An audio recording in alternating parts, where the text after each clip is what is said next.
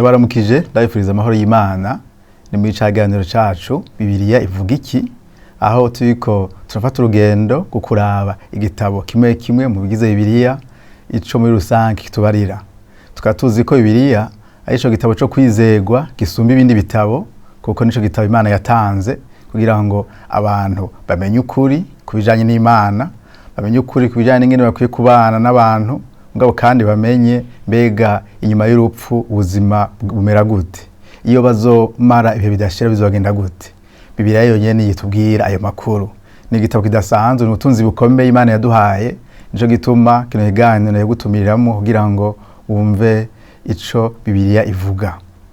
Mu kiganiro giherutse twaravuganye ku gitabo ca Samweli, ibitabo bya Samweli bibiri. Aha ni twabonye abami babiri Imana yatoranije mu gihugu ca Isirayeli, uwitwa Sauli n'uwitwa Dawidi.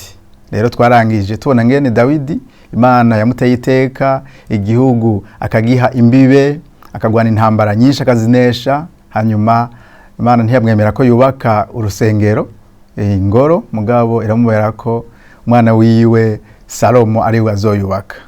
Uyu munsi rero tugomba tubandanye kuri kino gitabo gikurikira ica Samweli, n'ibitabo bibiri bitiriye ibitabo by'abami. Ibitabo by'abami ni ibitabo utanguye kubisoma ikibazo ca mbere bibaza mbega ninde yanditse ibi bitabo, kubera ibya Samweli ivyo kubera bimitirirwa yari Samweli, mugabo igitabo c'abami canditswe nande. Igitabo c'abami uravye cane cane ku bigabane bihereza, kigabane ca nyuma, igitabo c'abami ba kabiri 24, ubona havugwa ngo makuru y'ingene igihugu c'Abisirayeli hageze higategwa na Babuloni, hanyuma kikasindwa, Abisirayeli canke Abayuda bakabinyagano. Ayo makuru rero umuntu yayabonye, umuntu ashobora kuyadonda neza, ni uwavugishwa n'Imana Yeremiya. Kandi Yeremiya ayo majambo nyene y'ingene Nebukadineza yateye Ubuyuda turayabona muri Yeremiya 52. Ico gituma rero nkuko abaseranguzi ba Bibiliya canke abateoloje bandi babihuriza ko ibitabo by'abami byanditswe na Yeremiya.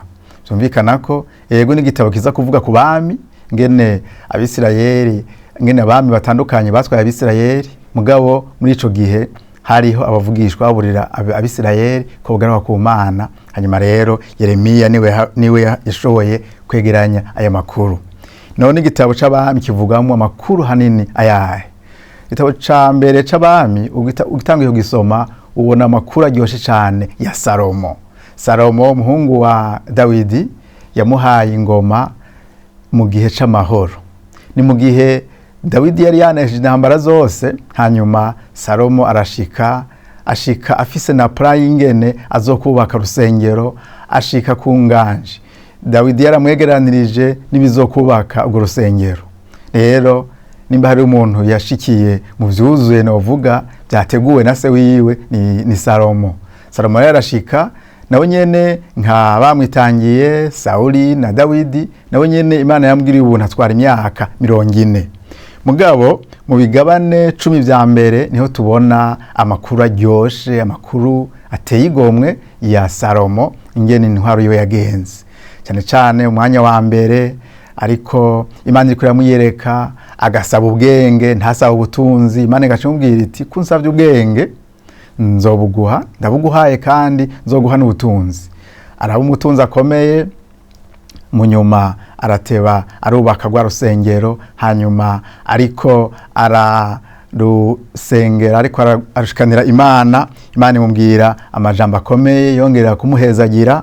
Cyane cyane ubisoma mu gitabo c'abami ca mbere umurongo wa igice c'icenda kuva ku murongo wa mbere gushika ku murongo wa 4, aho ahejeje kubaka urusengero agasenga, Imana yamwishuye. Ayo majambo reka ndayasome nihuse. Avuga ngo Salomo arangije kubaka ingoro y'Uhoraho n'ingoro y'ubwami n'ivyo yagombye byose, Uhoraho amwiyereka kubugira kabiri nk'uko yamwiyeretse i Gibeyoni.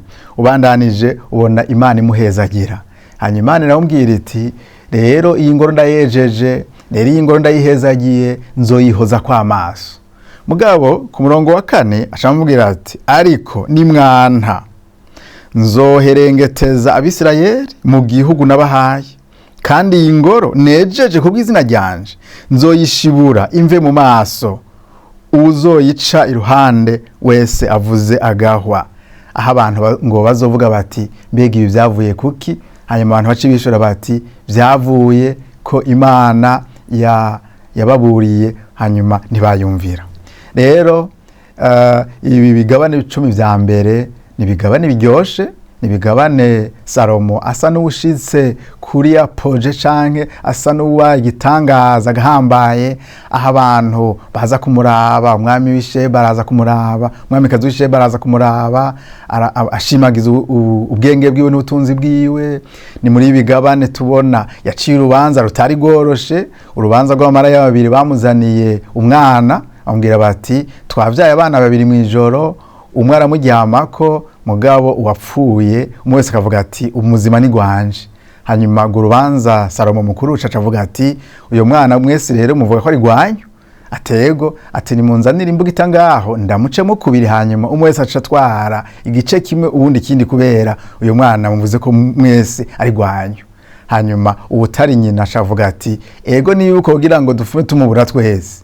Mugabo nyina wa nyamwana acavuga ati oyaye mureke kumwica, nafuma mutwara umwana wanje aguma ari muzima basi. Ubwo nyene Salomo acavuga ati nyene umwana nuye yanse ku mwana tumuca mu kubiri. Rero iyo urubanza rwaramamaye, baravuga bati by'ukuri Salomo Imana yamuhaye ubwenge, n'umwami abereye gutwara Abisirayeli, kubera murazi ko yarasubiriye Dawidi umwami w'igitangaza. Tarasaba nyene ko Imana imwerekana ko ikimenyetso canke ibimenyetso byerekana ko ari umwami abushitse. Mugabo kuva kuri ca 12 kuduga tubona amakuru abishe, tubona Salomo ageze ahantu ubutunzi bumuborera, ageze ahantu ubutunzi buba bwinshi, ivyubahiro niki, hanyuma atangura kurongora abagore benshi, abagore b'abanyamahanga kazi. Bavuga ko hageze igihe arongora abagore 700 n'incoreka 300, bose na bose 1000. Hanyuma ivyo bimuzanira akaga gakomeye, kubera abagore b'abanyamahanga baciye bamubwira ko yosenga ibigwamana vyabo, yosenga Bayali, yozera abishikanira ibimazi. Hanyuma Salomo rero kugira ngo anezereze abo bagore biwe arayemera, aragwa muri uwo mutego. Rero Salomo asozera nabi cane, asozera mu buzima bwo gusenga ibigwamana kubera abo bagore b'abanyamahanga kazi yari yazanye. Rero igitabo ca mbere c'abami gisozera vy'ukuri ubona Salomo yasubiye inyuma, hanyuma buno nyene apfuye abahungu biwe babiri baca baraniganira ubutegetsi. Ubwami buca burica mu kubiri, ubwami bumwe uwitwa Yeroboamu bw'amahanga 10, amoko 10 butwarwa n'umuhungu umwe Yeroboamu, hanyuma ubundi bwami bubiri bwo mu manuko butwarwa n'uwitwa Rehoboamu. Uwo bwami Yeroboamu yatwaye ihanga rya ruguru ryo mu muraruko, uyo akora ivyaha vyinshi, ku buryo bw'uko abakora ivyaha bose baza barigereranya ngo yakoze ivyaha nk'ivyo Yeroboamu yakoze. Kubera ubwo nyene yaciye yitandukanya na Yerusalemu, ashinga umugwa mukuru i Samariya, hanyuma batangura gusenga ibigwamana,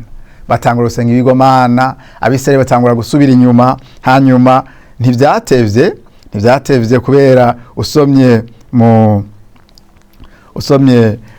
ukuntu Imana yahagurukije umwami, ukuntu Imana yahagurukije uwavugishwa n'Imana Eliya, ngena agenda baburira bakagarariza, ubona babaye mu buzima bubi cane.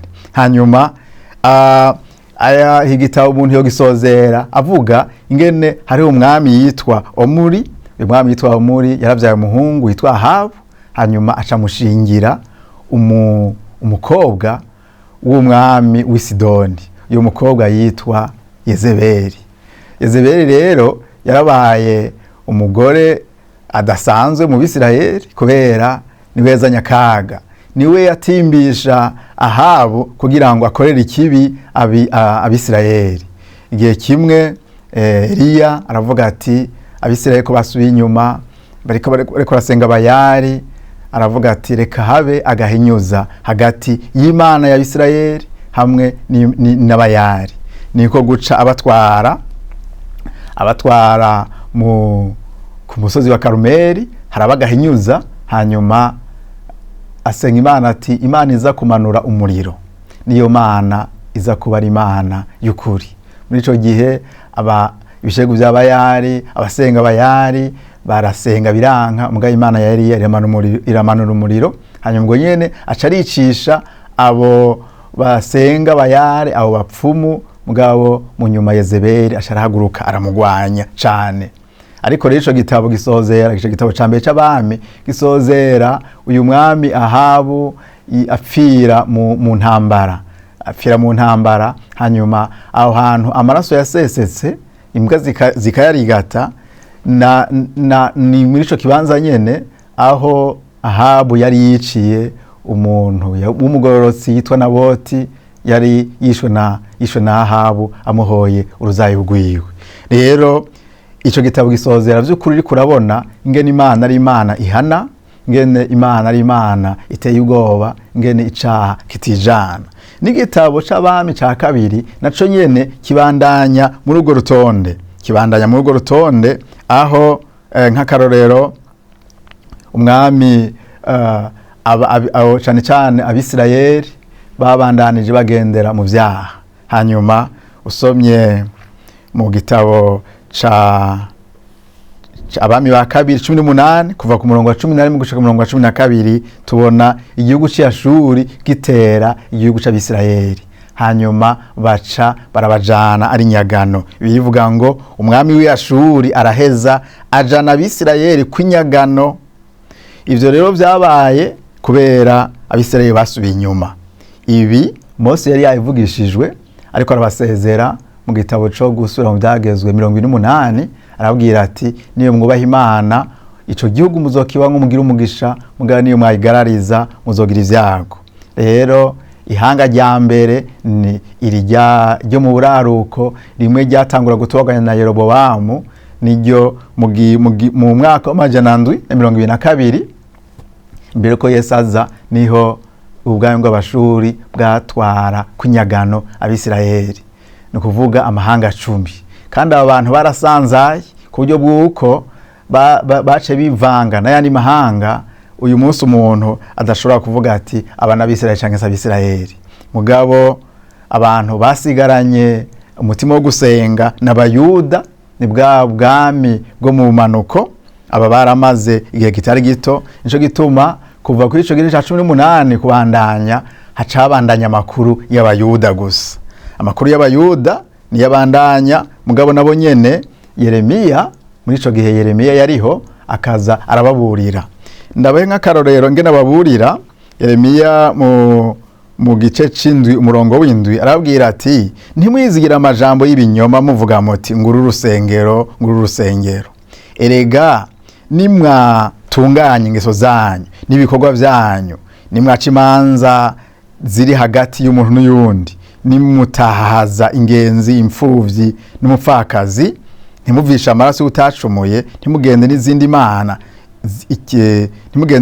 mana, nta vyago bizobatera. Ngo mugabo niyo mwagendera ibindi bigwamana, ivyago bizobatera.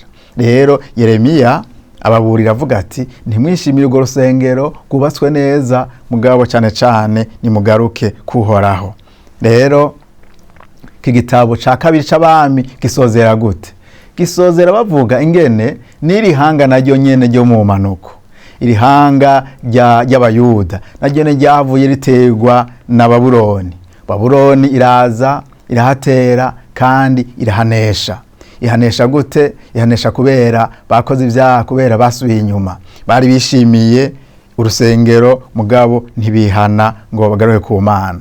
Rero usomye Yeremiya 52 naho nyene ubona havuga aya makuru nyene ingene Babuloni yateye Abayuda ikabanesha. Hanyuma Yeremiya wewe aradondagura akavuga ko babateye incuro 3 bagenda batwara inyagano. Hanyuma abaseranguzi babiri bavuga bati ituru ya mbere hari mwaka wa 605, ituru ya kabiri mwaka wa 587 canke 86 aho urusengero rwasambuka hamwe na 581.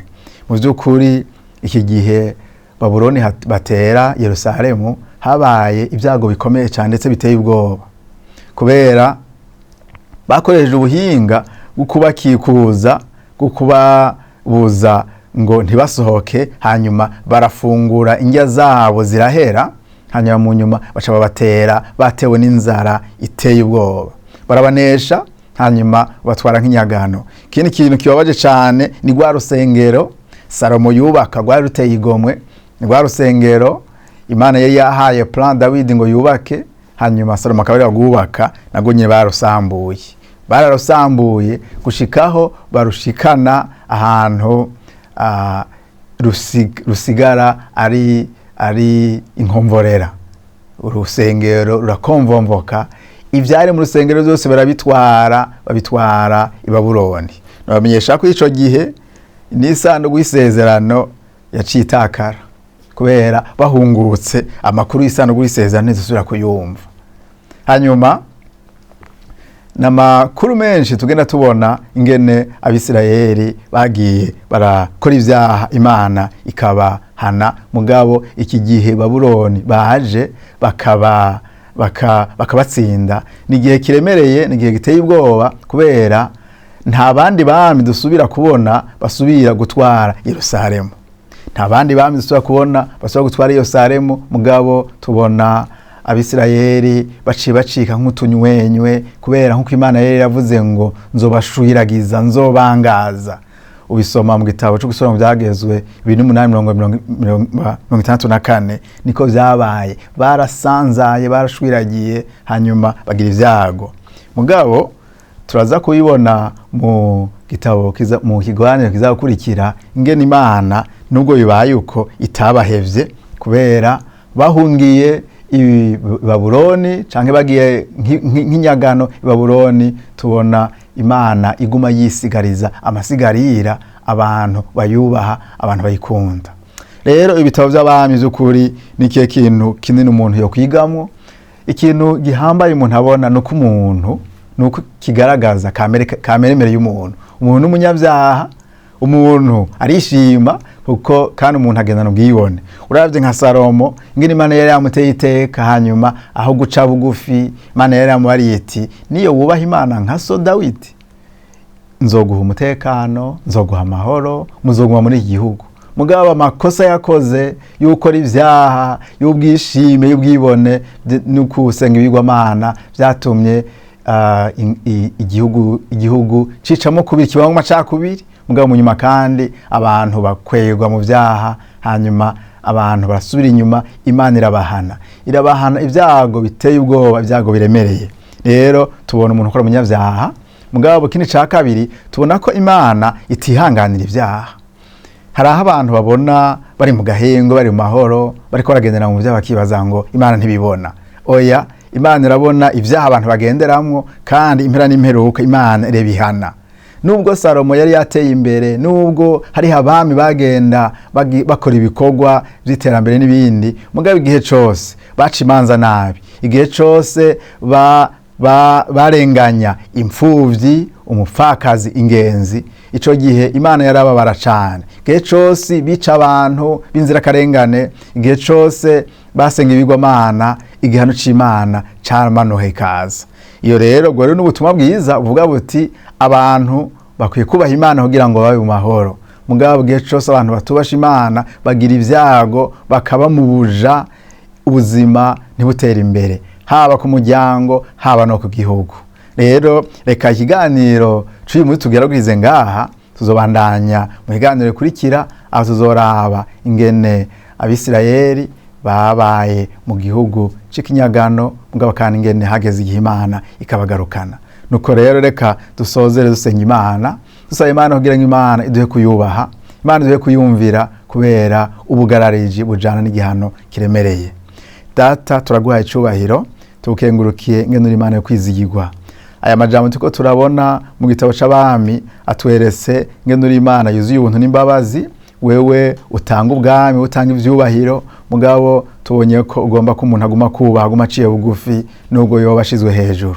Turasengera Mwami imiryango, turasengera igihugu kugira ngo abantu babandanye bakubaha, abantu babandanye bakumvira, kugira ngo amahoro, ituze, umutekano biganze mu bantu, biganze mu bihugu byacu. Urakoze, turasenzera ngo ubwami bwawe buze, abantu bakubahe, kuko bigaragara ko abantu batakubashe bariko ivyago n'ibihano. Ubiturinde, uduhe kubaha ibihe vyose, mu izina ryawe ryera Yesu. Amen.